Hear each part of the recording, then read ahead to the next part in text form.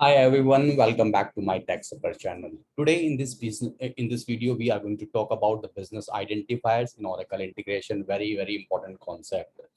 So guys, before we start, I will request everyone to please subscribe my channel to get regular updates. I am uploading the videos regularly and with new features of the Oracle integration, which is released time to time. So don't forget to subscribe my channel. And I also wanted to give you one useful information where I have authored one book on the Visual Builder. You can take this book, you can buy that book using this pack site, pack.live/3MWSNRC. It will take you to the Amazon site from where you can buy this book. If you are willing to learn Visual Builder with a lot of real-time examples, this is the best book for you. Okay. Business identifiers. Let me just describe what business identifiers are and how they can be helpful during your Oracle integration. A business identifier in Oracle integration helps you to track the messages from the monitoring dashboard quickly and easily. A message is nothing, it is an instance of your integration which you create. For example, if you have created a REST API, you have created a SOAP API, you have captured the business events from the Oracle ERP, you have created a schedule integration. Okay, so these integration will run during runtime, and for each and every instance is called a message, and it's very important to track or find out a particular message. Okay, so if you want to track the message based on a unique identifier, okay, or basis on some information, okay, so the business identifier will help you to track the messages during runtime. Let me just help you with a real-time example here. Let's suppose you have subscribed one Oracle ERP purchase order event. Okay, and after you purchase this, subscribe the event, you have sent these details to the downstream application. So there might be a lot of events in a single day. Might be there are a number of purchase orders getting created in a Oracle ERP. You are getting messages in your integration cloud and sending the message to a downstream application. Let's suppose you have received 100 messages in a day, and it might be possible out of 100 messages, 2 has failed or 3 has failed or 10 has been failed. So how you will track which all has been failed?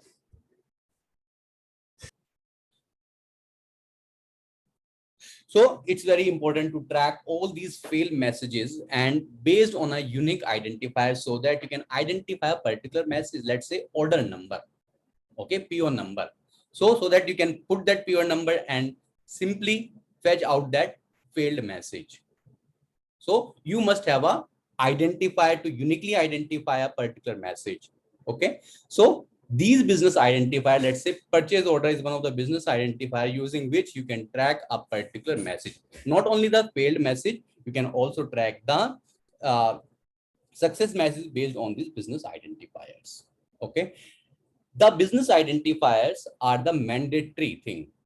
Without business identifier, you cannot activate your integration. So before you activate your integration, you have to enable the business identifier, and maximum 3 business identifier can be assigned during design time. One is primary and others 2 are secondary. So at least one business identifier is required, which is called primary, using which you can track your runtime messages, and other 2 are secondary. But yes, both primary and secondary can be used to track the message uniquely. Now, let me just take you to the integration and I will show you this thing. So here you see, I have created one simple REST API based on the app driven. If you see it, let me just click on an edit button, and here you see in this I have the request. Okay, and in that request I have employee ID, first name, last name, and then phone number. So this is the request payload which I will send during runtime. And here you see we have the one error. Even if you close this integration, okay, you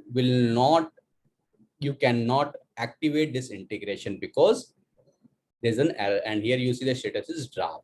So why draft? Why an error? Because we have not enabled the business identifier.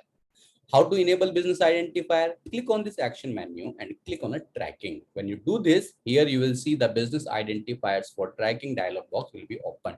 And here you see the request wrapper, what all requests you have defined at the trigger point, you can only enable those as our business identifiers.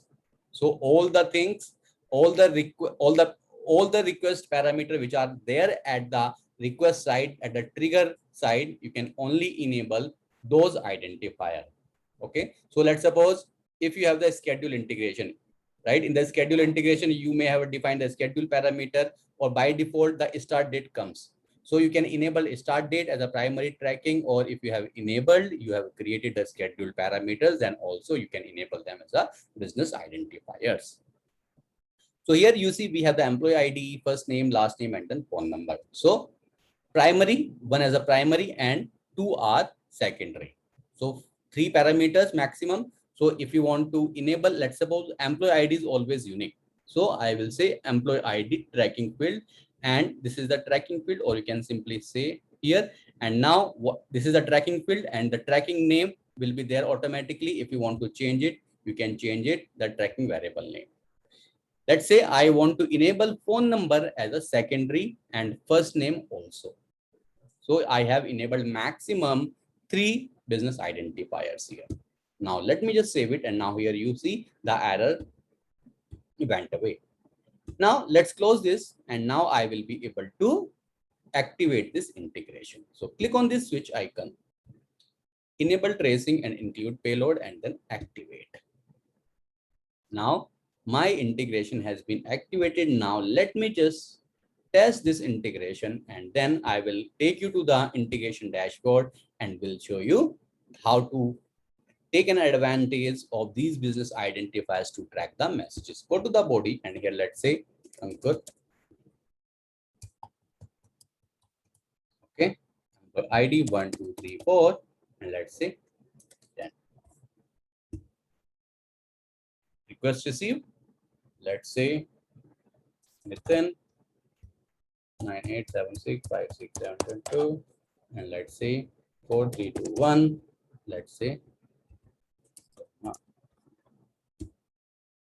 second integration. Let's say John Sharma 1234567. Let's say it's a 9876. Fine. So we have 3 messages now. Now go back to your monitoring, go to the integration, go to your integration. So these integrations will show you how many messages you have received, how many are processed, how many are succeeded. Now let's click on this number, which will take you to this tracking page. And here you see we have enabled 3 business identifier.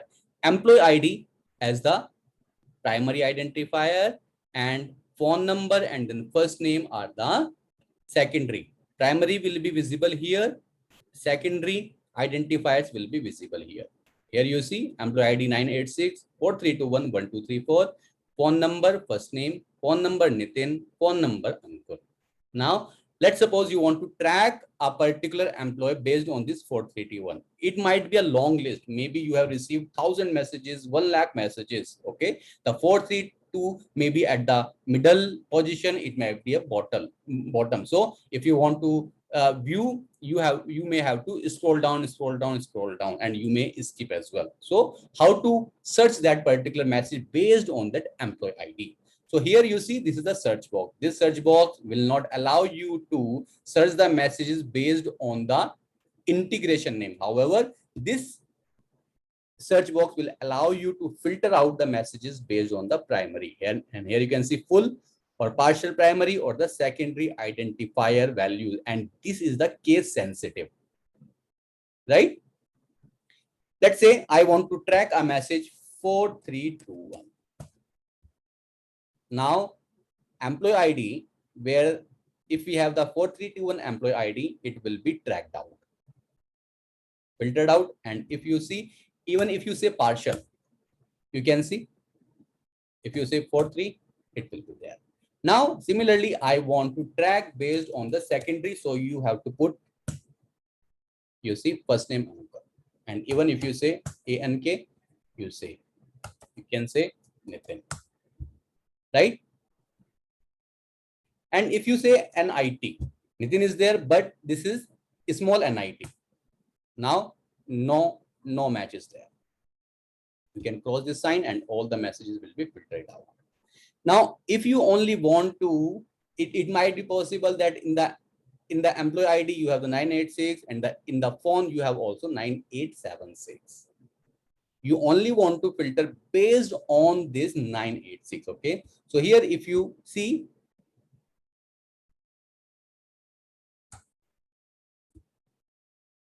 you can put PRIM and then 9876. Not like this. Let me just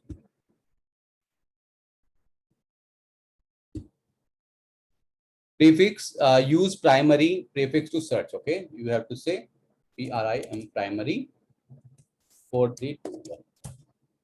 Here you see. If you only want to track or filter out based only the primary field, you can prefix primary colon and then value. Might be possible that 4321 is also there in the phone number, right? In other message. So if you don't prefix primary this, then 4321 employee ID and then others too.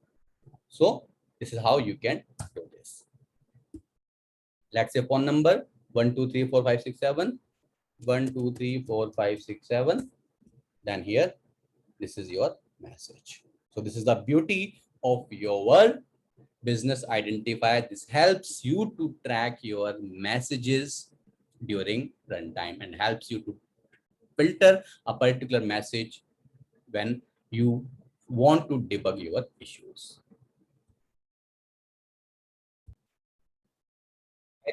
That's all about this business identifier. If you really like this video, please like, comment, share as far as you can. And please don't forget to subscribe my channel to get regular updates of my YouTube channel. You can find me over LinkedIn, Twitter, Facebook, or you can see my blog, https://www.taxapa.com. Thank you for watching the video. Have a good day. Bye-bye.